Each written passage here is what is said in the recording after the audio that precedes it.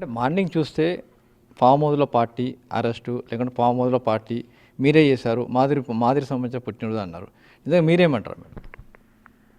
ఇప్పుడు sir explanation ఇచ్చారు కదా. అంటే మీరు అంటే పార్టీ మీదేని చెప్తున్నారు, అదే పార్టీ అని చెప్పి పోలీసులు చెప్తే తర్వాత కన్ఫర్మేషన్ చేస్తారు పార్టీ మీది కాదు, మా పాదు అని చెప్పి. కాదు, మా పార్టీ అని ఫస్ట్ ఎవరు చెప్పారు? ఒక ఇన్ఫర్మేషన్ వస్తుంది, అదే ఇన్ఫర్మేషన్ ఎవరు చెప్పారని అడుగుతున్నాను నేను కూడా. మీ మీడియా తరపున మా పార్టీ అని ఎవరు చెప్పారని నేను కూడా క్వశ్చన్ చేస్తున్నాను మిమ్మల్ని. మా పార్టీ అని ఎవరు చెప్పారు? పోలీసులు ఏమైనా చెప్పారా మా పార్టీ అని? పోలీసులు ఎవరు చెప్పారు? మరి మా పార్టీ అని ఎలా కన్ఫర్మేషన్ చేసుకుంటారు వితౌట్ ఇన్ఫర్మేషన్? అది మా పార్టీ కాకుండా అసలు ఎలా, మా పార్టీ కాకుండా అసలు ఎలా కన్ఫర్మ్ చేశారని నాకు కూడా తెలుసుకోవాలని ఉందండి. మీ తరపున అడుగుతున్నాను నేను. మా పార్టీ అని ఎవరు చెప్పారు, ఎవరు కన్ఫర్మేషన్ ఇచ్చారు, మేము అక్కడ ఆర్గనైజ్ చేశామని అని అడుగుతున్నాను. మీ వాళ్ళు ఎవరు లీక్ చేయొచ్చు కదా? ఎవరు? అదే నాకు తెలుసుకోవాలని ఉంది మీ తరపు నుంచి. నాకు కూడా తెలుసుకోవాలని ఉంది. ఎందుకంటే మా పార్టీ కాంది ఎవరు మా పార్టీ అని చెప్పారో నాకు కూడా తెలుసుకోవాలని ఉంది మీలాగే. అంటే ఇలాంటి పార్టీలు మీరు వెళ్తుంటారా ఎప్పటికీ?